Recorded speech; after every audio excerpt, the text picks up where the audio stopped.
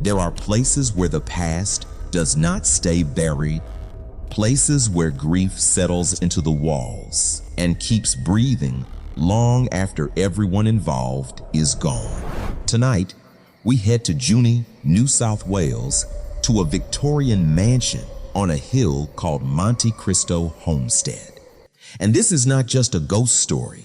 It is a documented account built from old records, witness statements, and decades of terrifying reports.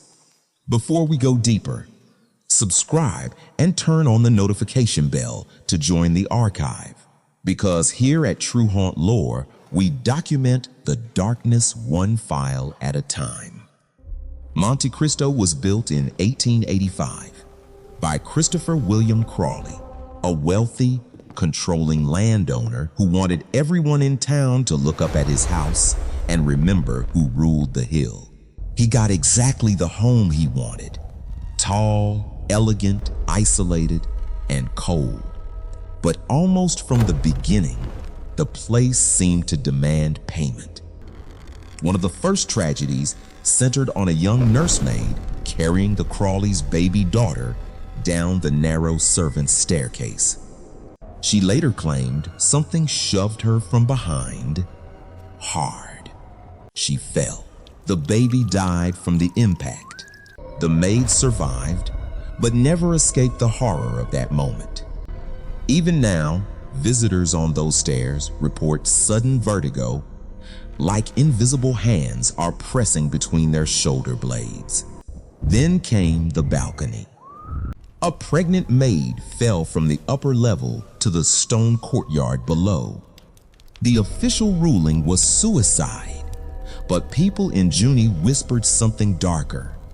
The railing was high, the angle was wrong, and the story that never went away was this: the child may have belonged to Christopher Crawley.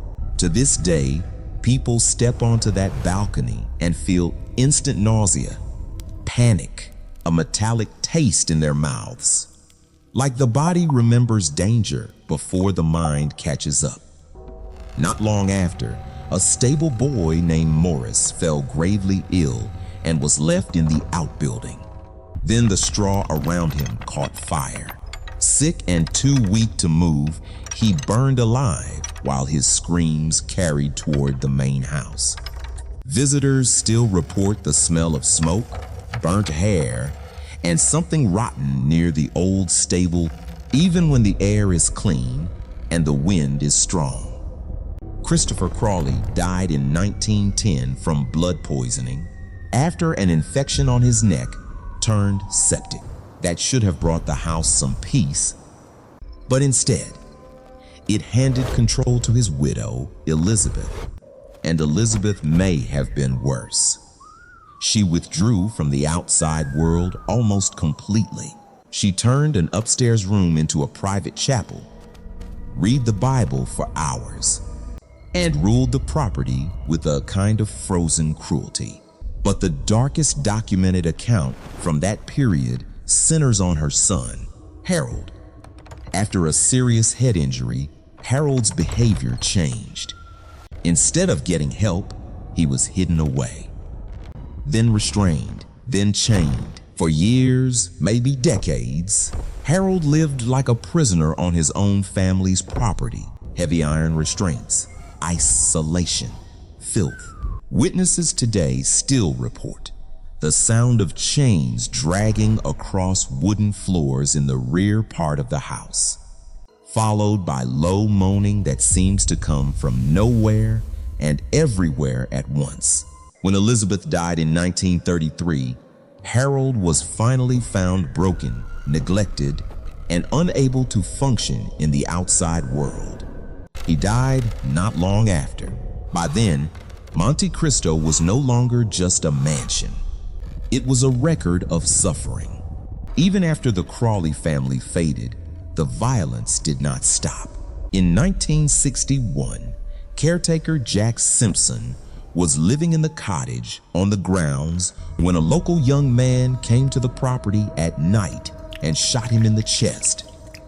It was a real murder, documented by police. Guests now report seeing a grim man near the cottage in old work clothes, standing still, staring, as if he is still waiting to understand what happened to him. Then came the Ryan family in 1963. They bought the homestead in terrible condition and tried to restore it. They were practical people. They were not chasing ghosts, but almost immediately, the house pushed back. Neighbors and family members claimed that, despite there being no power, every window would sometimes glow at night as if the mansion were fully lit from within. Olive Ryan said the air inside felt thick, heavy, wrong. She heard her name whispered in empty rooms. More than once, she felt hands on her shoulders in the hallway. During one dinner, witnesses claimed the heavy dining table rose off the floor. The Ryan family also reported a phantom cat brushing against their legs, only to vanish when they looked down. Later, they found the remains of a cat beneath the floorboards during renovations. Their son Lawrence grew up inside that house. As a child, he saw a boy watching him from the old coach house. Years later, he connected that figure to Morris, the stable boy who died in the fire. Lawrence also said the house seemed to breathe at night, slow, steady, like a sleeping thing made of wood and stone. Investigators who entered the home with cameras and thermal equipment found cold spots that moved from room to room. Visitors with no knowledge of the house's history described the same details again and again. A crying infant near the staircase, crushing sadness in Elizabeth's room, dread on the balcony, footsteps on the stairs around 3 o'clock in the morning. One overnight team even captured the sound of boots crossing the hallway, followed by a key turning in a bedroom lock that had not been used in years. That is what makes Monte Cristo so hard to dismiss. Not one story, not one shadow, but the pattern, the same fear, the same sounds, the same rooms, decade after decade. Maybe the house is haunted. Maybe trauma soaked so deeply into the timber and stone that it still replays on command. Or maybe Monte Cristo is something worse, a place where cruelty never really ended, because the people trapped inside it never got to leave. So if you ever find yourself on a lonely road in New South Wales and you see that mansion sitting above the dark like it is still watching the town below, remember this file. Some houses are built from brick and timber. Monte Cristo was built from power, secrecy, and pain. And pain has a long memory. If this file stayed with you, like the video, subscribe, and share your own documented encounters in the comments. And if you know someone who would never spend a night inside Monte Cristo, send this to them before midnight. So, after unpacking all the tragedy and terror we just explored, the fatal accidents, the harsh iron rule of Mrs. Crawley, and the lingering spirits of those who suffered on the grounds, you're probably wondering, what exactly is the vibe at the Monte Cristo Homestead today? Well, my personal take on Australia's most haunted house right now is all about its breathtaking, deceptive charm. If you travel to the rural town of Junee in New South Wales today, expecting a dilapidated, terrifying ghost house, you will be completely caught off guard. During the daylight hours, this late Victorian mansion and its historic architecture actually possess a remarkably serene and peaceful aesthetic. Nestled on a hill, featuring beautifully restored cast iron balconies and lush, manicured gardens, it feels incredibly cozy. Bathed in the warm Australian sun, the estate genuinely looks like a picturesque Thomas Kinkade-style painting of a historic, upper-class village home.